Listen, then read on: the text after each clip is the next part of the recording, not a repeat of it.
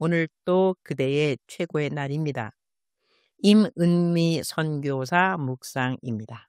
2025년 11월 1일 최고의 날.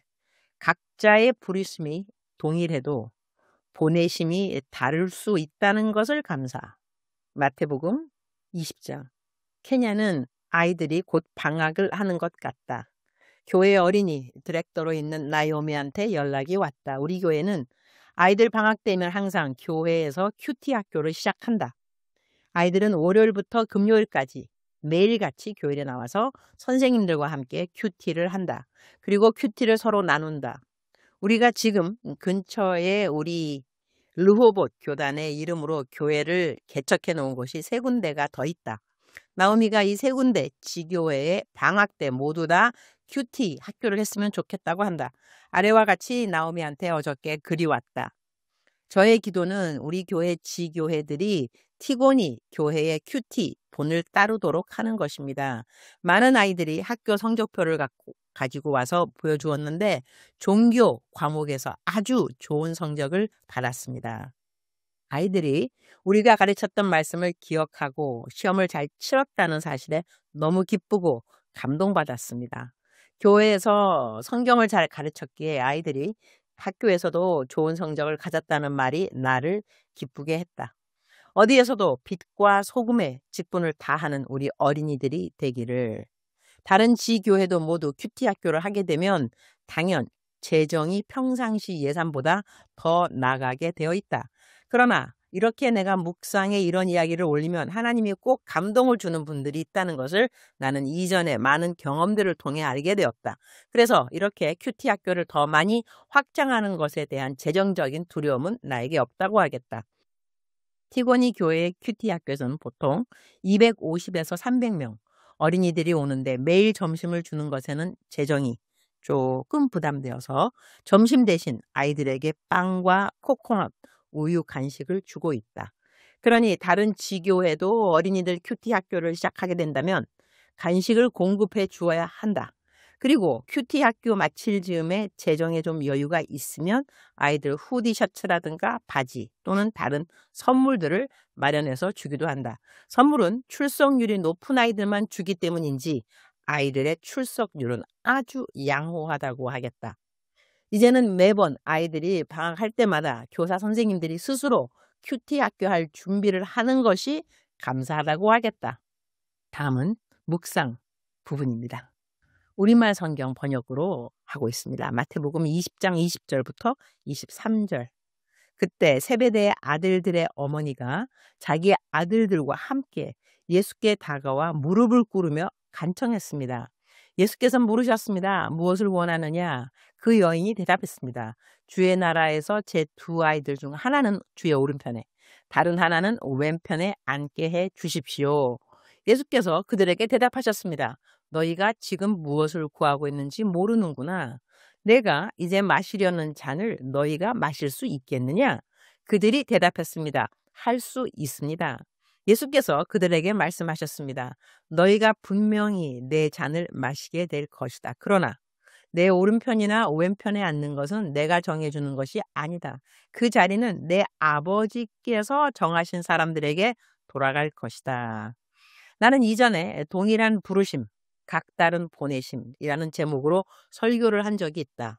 오늘 내가 묵상 말씀으로 선택한 구절은 세베대의 아들들 곧 야고보와 요한의 보내심에 대한 것이다. 야고보는 요한의 형이다. 두 사람 모두 예수님께 자신이 목숨까지 바쳐서라도 따르겠다는 결단을 보여주었다. 그들은 예수님의 제자로 동일하게 부르심을 받은 사람들이다. 그리고 예수님을 따라 죽기까지 헌신하기로 결심한 제자들이었다. 그들은 같은 부르심을 받았고 같은 신앙의 고백을 했지만 결과는 달랐다. 야고보는 제자들 중 가장 먼저 순교한 제자로 알려져 있고 요한은 끝까지 신앙 때문에 목숨을 잃을 위기 속에서도 자연사한 제자로 전해진다. 요한은 밤모섬에서 요한계시록을 기록하고 생을 마감했다. 아마도 예수님께서 자신의 육신의 어머니 마리아를 요한에게 맡기셨기 때문에 요한은 마리아가 세상을 떠날 때까지 돌보아야 했고 그래서 오래 살아야 했는지도 모른다.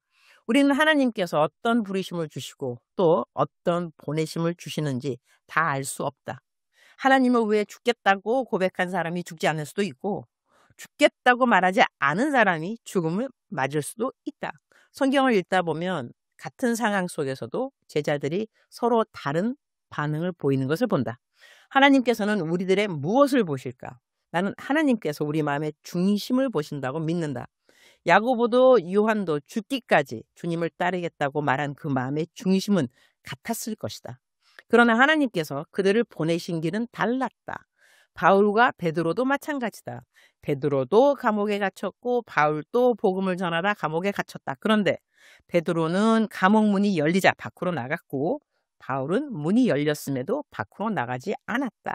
하나님께서 허락하신 동일한 상황 속에서도 각자의 반응은 달랐다고 하겠다. 또 복음서에는 귀신 들린 사람을 예수님께서 고쳐주시자 그 사람이 예수님을 따라가겠다고 한 이야기가 있다. 그러나 예수님은 그에게 집으로 돌아가 가족에게 하나님께서 하신 일을 전하라고 말씀하셨다.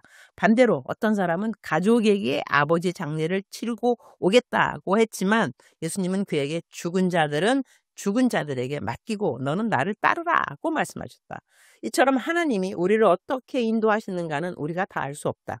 그러나 마음의 중심에 하나님을 잘 따르겠다는 믿음이 있다면 주님께서 어디로 인도하시든 그것이 그렇게 중요한 문제는 아닐 것이다. 주님께서 나의 중심을 보시고 이리로 가라, 저리로 가라 하실 때 나는 그저 순종하면 된다. 그리고 어디에 있든지 내게 맡겨진 일을 충성을 다하겠다는 마음이 변치 않는다면 하나님께서 나를 어디로 보내시든 그것이 중요한 문제가 아니라고 생각한다. 주님, 오늘 또 최고의 날입니다. 하나님께서는 참으로 많은 사람들을 하나님의 자녀로 부르셨습니다. 자녀로도 종으로도 부르셨는데 그 종들이 어디에서 어떻게 하나님을 섬겨야 하는지는 오직 하나님께 달려 있습니다. 하나님의 주권을 인정합니다. 그러나 저희의 마음 가운데 하나님을 따르고자 하는 마음이 늘 변함없이 지켜지기를 기도합니다. 주님, 사랑합니다. 주님, 감사합니다. 오늘 또 우리 주님 저를 보시면서 하루 종일 기쁨을 넘어서 감동을 받으시면 참 좋겠습니다. 외우면 좋은 말씀. 우리말 성경 마태복음 20장 22절. 예수께서 그들에게 대답하셨습니다. 너희가 지금 무엇을 구하고 있는지 모르는구나. 내가 이제 마시려는 잔을 너희가 마실 수 있겠냐? 그들이 대답했습니다. 할 수 있습니다. 사랑하는 그대여. 사랑하는 그대여 출석 부르고 있습니다. 대답하셨나요? 저는 선교사입니다. 선교사이니까 선교사는 자기 집을 떠나서 자기의 민족을 떠나서 자기가 편한 언어권을 떠나서 다른 민족에게 다른 종족에게 다른 문화 아주 그런 데 가서 예수님의 복음을 증거하는 사람들을 보통 선교사라고 하지요. 그러면 어떤 사람들은 어떻게 말하냐면 우리나라에도 가난한 사람 많다. 우리나라에도 예수님 안 믿는 사람 많은데 굳이 다른 나라 갈 필요가 있겠느냐. 그런 말을 하시는데요. 오늘 저의 묵상의 포인트가 무엇일까요? 가라는 데 가야죠. 선교사로 다른 나라 가라 그러면 가야 되고 여기 있으라 그러면 있고 그러나 때로는 내가 가고 싶다고 있고 싶다고 하나님이 우리의 원하는 그대로 해주시는 것 같지는 않습니다. 그러면 하나님이 내가 원하는 것을 꼭 해주셔야 되느냐? 그렇지는 않다고 생각합니다. 중요한 것은 하나님이 내가 어디를 가서 어떤 일을 하더라도 하나님께 영광이 되는 일을 하도록 계획하시고 나를 보내신다 하면 나는 간다는 것입니다. 내가 간다는 순종이 중요하다는 것이지 어느 곳에 보내지는가는 딱히 그렇게 중요하지 않을 수도 있다 하는 것이 오늘 저의 묵상의 포인트였습니다. 사랑하는 그대여, 가실 준비가 되셨나요? 아니면 되돌아갈 준비가 되어 있으신가요? 하나님이 뭐라고 말씀하시는지 음성 잘 들으시고 민감하게 그리고 꼭 기쁘신 순종하는 그대가 되기를 축복합니다. 사랑하는 그대여 사랑합니다. 사랑하는 그대여 축복합니다. 오늘 또 그대의 최고의 날입니다.